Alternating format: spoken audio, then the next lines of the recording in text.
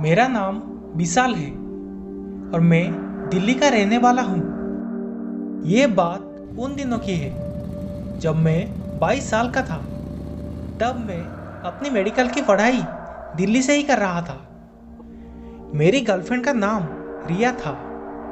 हम दोनों कॉलेज में ही मिले और वहीं से हमारी लव स्टोरी की शुरुआत हुई। हमारा रिलेशनशिप सीरियस था और हमारे परिवार वालों को इस रिश्ते से कोई एतराज भी नहीं था।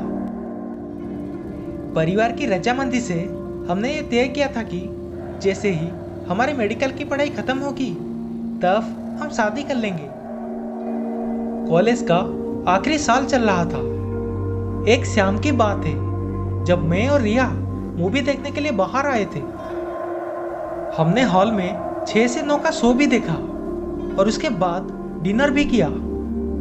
डिनर के बाद हमने हॉस्टल जाने का फैसला किया।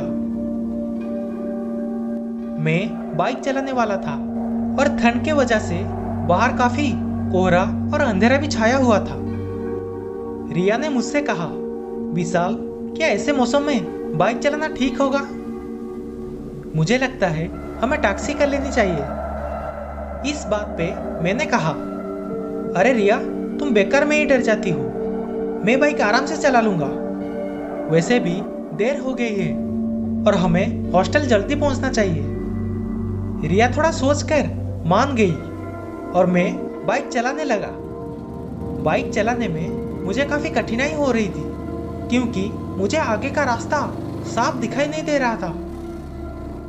मैं इसके बावजूद भी खतरा मोल लिया और बाइक चलाता रहा। अब आगे कुछ ऐसा होने वाला था जिसे सोचकर आज भी मेरी रूह कांप जाती है। मुझे बाइक चलाते हुए अब आधा घंटा हो चुका था।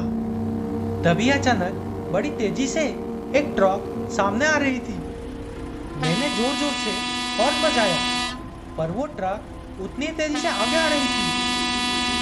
तब फिर क्या था, ट्रक तेजी से आई और मेरी बाइक पर जोर से टकराकर निकल गई।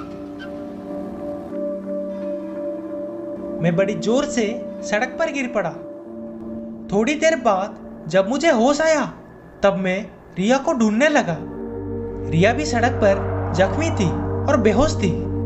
मैंने जैसे तैसे घर फोन किया और मदद भी मांगी।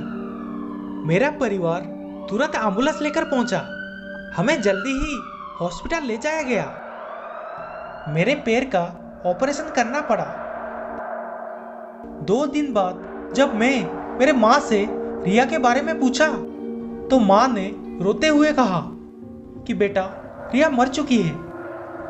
मुझे बिल्कुल विश्वास नहीं हुआ और मैं जोर जोर से रोने लगा। माँ ने फिर से कहा, रिया ने आखिरी वक्त पर कहा कि विशाल ने मेरी बात नहीं सुनी। मैंने कहा था उस रात बाइक चलाना ठीक नहीं होगा। मुझे मारकर विशाल और उसका परिवार कभी भी खुश नहीं रहेगा। अब आप इसे अंधविश्वास समझे या सच, पर उस रात से आज तक मेरे साथ अजीब और गरीब घटनाएं होती रहती है। कभी मुझे रिया की आवाज सुनाई देती है तो कभी रिया खुद दिखाई देती है। मैं इतना पागल हो गया था कि मैं अपनी मेडिकल की पढ़ाई पूरी नहीं कर सका। कुछ साल बाद मेरे परिवार ने मेरे लिए एक अच्छा रिश्ता ढूंढ लिया था।